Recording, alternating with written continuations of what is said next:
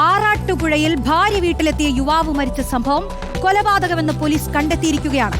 പെരുമ്പള്ളി സ്വദേശി വിഷ്ണുവാണ് കൊല്ലപ്പെട്ടത്. വിഷ്ണുവിനെ ഭാര്യ ആതിരയുടെ ബന്ധുക്കൾ അതിക്രൂരമായി മർദ്ദിക്കുകയായിരുന്നു. കൊലപാതകത്തിൽ ആതിര ഉൾപ്പെടെ 4 പേരെ തൃക്കുന്നപ്പുഴ പോലീസ് കസ്റ്റഡിയിലുണ്ട്.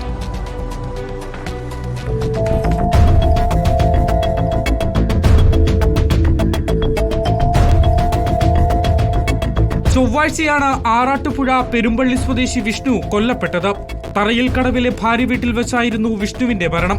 1.5 കൊല്ലമായി വിഷ്ണുവും ഭാര്യ ആതിരയും പിണങ്ങി കഴിയുകയാണ്. 4 വയസ്സുള്ള മകൻ അവധി ദിവസങ്ങളിൽ വിഷ്ണുവിനൊപ്പമാണ് ഉണ്ടാകാറ്. അവധിക്ക് ശേഷം മകനെ തിരികെ ഏൽപ്പിക്കാനാണ് ഭാര്യ വീട്ടിൽ വിഷ്ണു എത്തിയത്.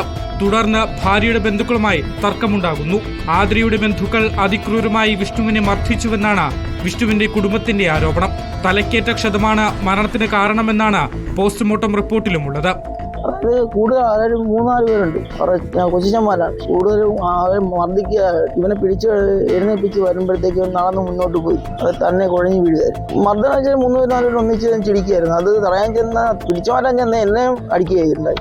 ഭാരമുള്ള വസ്തു കൊണ്ട് തലക്കടിച്ചതാണ് ആന്തരിക രക്തസ്രാവം ഉണ്ടാകാൻ കാരണമെന്നാണ് വിലയിരുത്തൽ. മനഃപൂർവ്വമല്ലാത്ത നരഹത്യക്ക് ആദ്യം കേസെടുത്ത തൃക്കുന്നപ്പുഴ പോലീസ് പിന്നീട് കൊലപാതകത്തിന് കേസെടുത്തു.